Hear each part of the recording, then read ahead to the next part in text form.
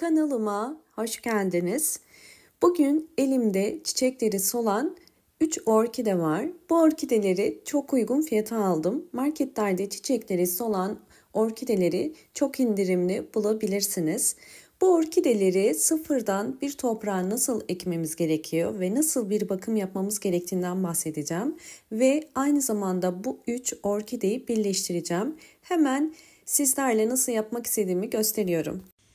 İlk olarak 1 litrelik bir su borcamım var. Ve bunun içerisine 1 çay kaşığı kadar toz tarçın koyuyorum. Bu karışımı orkideleri dezenfekte etmek ve aynı zamanda orkideye gübre desteği sağlamak için yapıyorum. Biraz karıştırıp bu karışımı 30 dakika bekleteceğim.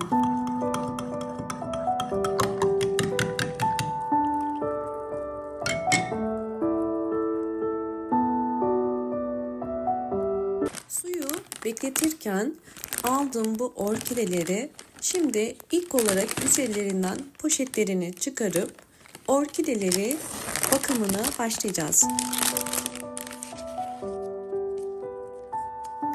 Gördüğünüz üzere orkidenin kökleri gayet sağlıklı. Mutlaka bir orkide seçerken orkidenin ilk olarak köklerine bakmanız gerekiyor. Çiçekleri solmuş olsa bile orkidenin yaprak ve köklerinin sağlıklı olması önemli. Şimdi tüm poşetleri bu şekilde açıyorum.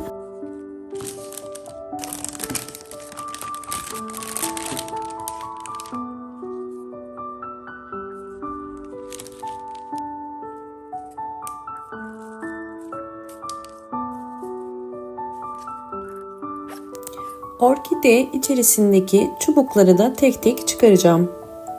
Ve aynı zamanda bu orkidemizin solan çiçek dalını kesiyorum. Tamamen sarardığı için orkidenin dalını dipten kesiyorum.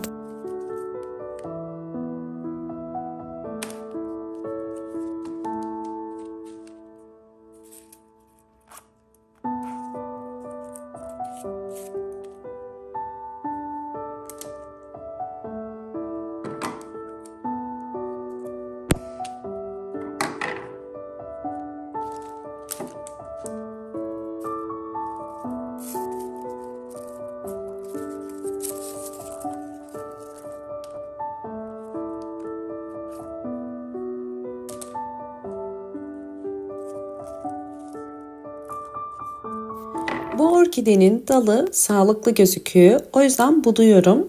Boş boğumları kestim. Gördüğünüz üzere dolu boğumlar kaldı.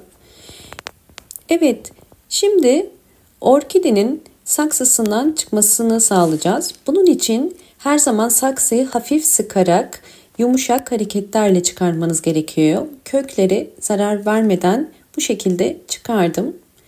Ve gördüğünüz üzere kökler gayet sağlıklı fakat gövde kısımlarında siyahlık var.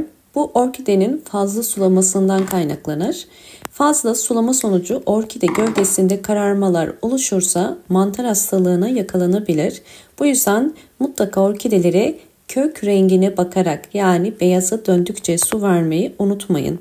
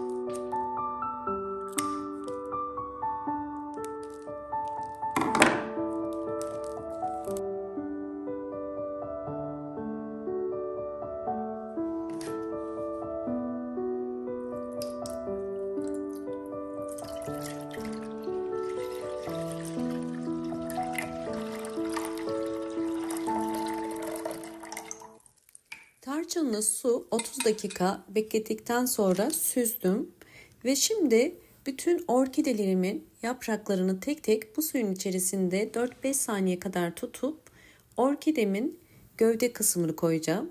Bu işlemi yapmamın nedeni gövde kısmında kararmalar olduğu için daha fazla gövde kısmının suda kalmasını istemiyorum. Sadece yapraklarını bakın batırıp bu şekilde dezenfekte ediyorum ve köklerini dezenfekte edeceğiz bu suyun içerisinde. Sadece dezenfekte etmiyoruz, aynı zamanda tarçınlı su orkidelere hem antioksidan özelliği hem de bol vitamin desteği sağlar. Aynı işlemi diğer orkideye de uyguluyorum.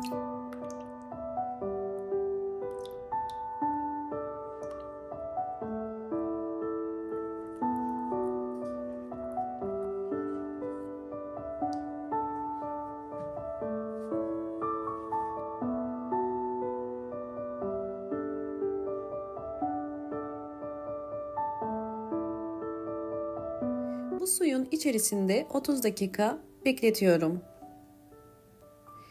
Bu esnada orkideler için bir saksı hazırlıyorum. Elimde bu saksı vardı. Üzerine küçük delikler açacağım. Bu delikler orkide saksısından suyun rahatlıkla süzülebilmesini kolaylaştıracak.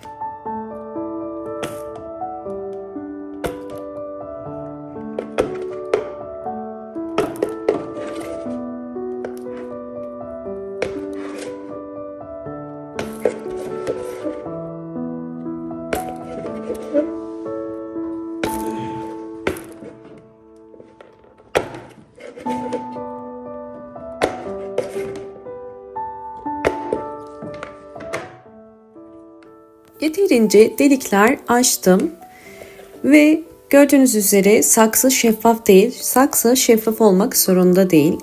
Önemli olan orkidenin yapraklarından ışık alması. Evet, 30 dakika bu suyun içerisinde beklettim. Şimdi orkidelerimi bu suyun içerisinden çıkarıyorum.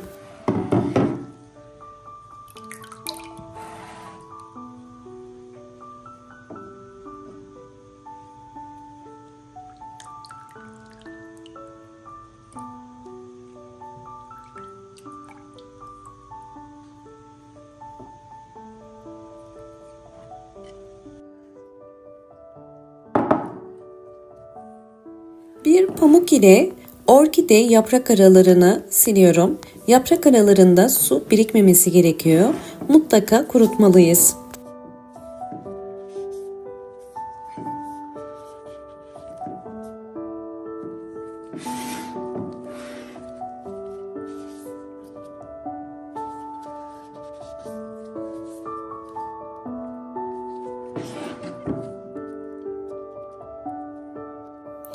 Videomu hemen beğendiyseniz beğen tuşuna basıp kanalıma da abone olarak bana destek verebilirsiniz. Aynı zamanda videolarımda İngilizce sesli dinleme özelliği de mevcuttur. Lütfen aktif hale getirmeyi unutmayın. Üçüncü adım olarak orkide toprağı için kil bilyesi seçtim. Sizler isterseniz çam kabuğu ya da Hindistan cevizi kabuğu da kullanabilirsiniz. Benim elimde kil bilyesi olduğu için kil bilyesiyle bugün ekim yapacağım. Evet, şimdi saksıya yeterince kil bilyesi koyuyorum. Orta kısmına yosun koyuyorum. Bu yosunları ormandan toplayıp dezenfekte etmiştim. Ve orkide gelişiminde çok fayda sağlar. Yosun özellikle nem oranını yükselterek orkidenin hızlı şekilde kök çıkarmasına yardımcı olur.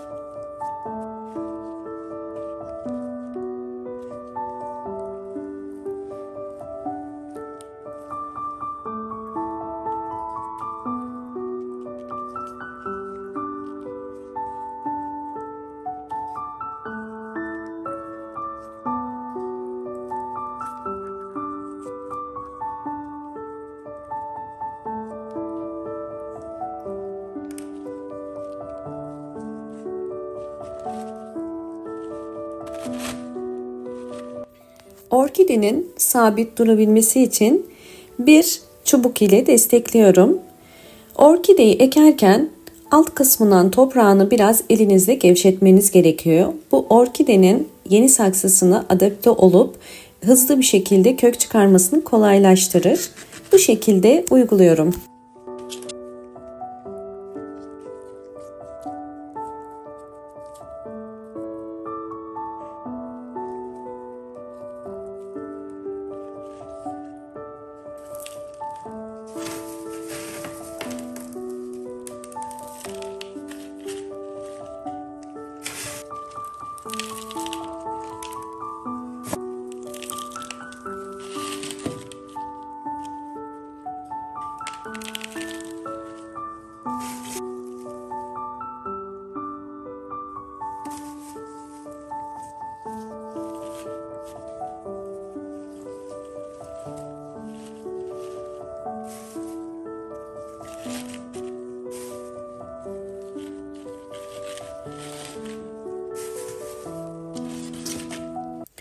Evet, orkidenin saksısının en üstüne yine yosun koyuyorum. Yosun özellikle gövde kısmında nemi dengeler. Böylelikle tüm saksıya yosunu yerleştiriyorum ve artık orkidemi ektim. Birden fazla orkideyi bu şekilde bir saksıda birleştirebilirsiniz. Sadece çok yakın ekmeyin. Şimdi orkide toprağı çok kuru olduğu için bu tarçınlı suda 10 dakika daha bekleteceğim. Böylelikle hem yosun hem de kil bilyesi de tarçınlı suda biraz daha kalmış olacak. Ve bir pamuk ile orkidenin üst kısmında biriken toprağı da alıyorum.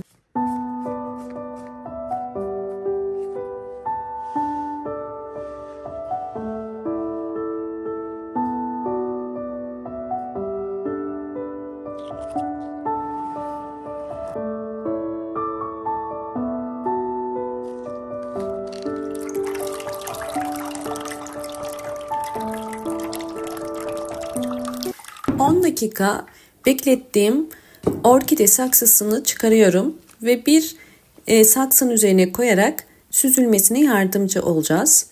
Bu orkideyi bol ışık alan bir pencere kenarına konumlandıracağım ve orkidemin tüm gelişim aşamalarını, aylar içerisindeki gelişimini tekrardan paylaşacağım.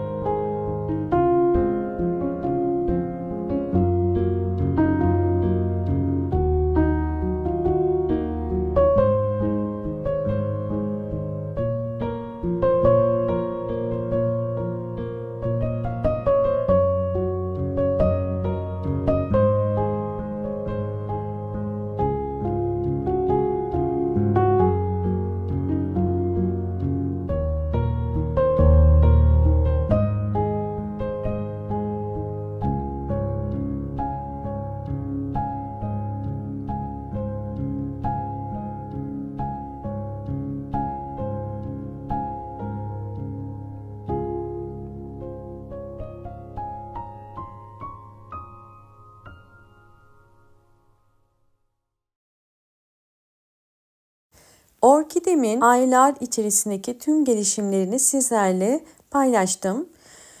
5 ay sonra gördüğünüz üzere orkide birçok yapraklar ve yeni kökler çıkardı ve aynı zamanda yeni çiçek dalları çıkardı. Şu anda orkidemin yavaş yavaş çiçek dalları çiçek açmaya başlıyor. Eğer bu anlattığım püf noktalara dikkat ederseniz orkideniz bu şekilde kısa sürede hızlı bir gelişim gösterecektir. Hem yeni kökler, hem yeni yapraklar, hem de yeni çiçek dalları gördüğünüz üzere çıkması mümkün. Ben bu işlemi kış ayında yapmıştım. Eğer sizler bu işlemi ilkbahar ayında yaparsanız çok daha hızlı sonuç alırsınız. İlkbahar ayı orkideler için yeni kök, yeni yaprak ve yeni çiçek çıkarma dönemidir. Bu yüzden orkide saksı değişimlerini ya da bakımlarını bu ayda yapmanızı tavsiye ederim. Umarım bu anlattığım bütün püf noktalar sizler için faydalı olmuştur. Videomu buraya kadar izlediyseniz eğer hemen bir beğen tuşuna basıp kanalıma da halen abone değilseniz bana destek olmak için abone olabilirsiniz. Hoşça kalın, sağlıkla kalın.